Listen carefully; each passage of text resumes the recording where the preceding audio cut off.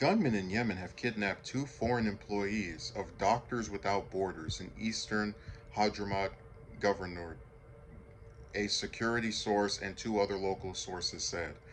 The medical charity told Reuters it had lost contact with some of its staff in Yemen, and it could not share more details at this time out of concern for their safety.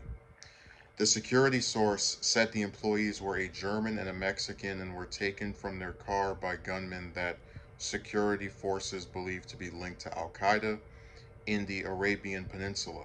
Islamist militant groups are among many destabilizing forces in war from Yemen, which is grappling with a humanitarian crisis. In February, five United Nations staff, including four Yemenis, were abducted in Abyei Governorate by gunmen also believed to be linked to Al Qaeda. The militant group operates in south and eastern regions of Yemen, which has been divided by a 7 year war between the Saudi backed government based in the south and Iran aligned Houthi movement in the north. Al Qaeda took advantage of 2011 Arab Spring chaos in Yemen and the ouster of a transitional government from the capital, Sana'a, by the Houthis in 2014 to create mini states, but was driven back following the intervention of Saudi led coalition in the war against the Houthis. The group has also been targeted by U.S. airstrikes. So they're kidnapping regular people. Man, this stuff just it really it never lets me down in terms of what new bizarre screwed up awful thing is happening in Yemen. I didn't know about the five United Nations staff that were abducted. Apparently, they never found them.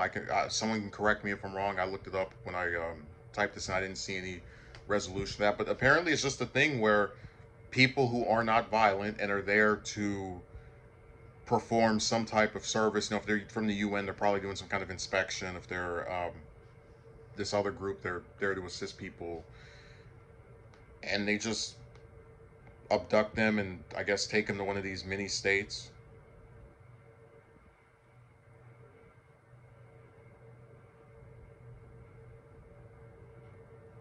And now they're talking about this medical charity. They're not going to share more details out of at this time out of concern for their safety. See, my theory is, and again, I have no way to prove this. I'm just going off of that the way that's worded. If they actually said it that way, they probably have been contacted by this group in some kind of like exchange, like, hey, if you want this person back, slip us some money. Oh, if you want this person back, tell us this. That's something that terrorists do. They kidnap people and then try to get you to, just blackmail you. Like, oh, if you want this person alive, then perform this activity, do this stunt. And I can't really blame the group because they're in an impossible situation. Do you negotiate with the terrorists, or do you allow them to have no wiggle room as to whether they're going to kill these people that they've abducted? So this is really scary, and that's one of the reasons I don't like. Yeah, I'll talk about here, but I actively admit I'm afraid to go over there when they're dropping bombs and kidnapping regular people like this. Like, you have two terrorist groups over there. You have the the militant group, right, that kidnap these people, and the Saudi Arabia government. You have one that kidnaps regular workers, probably to extort things from the companies that they work with or from the people that they work with.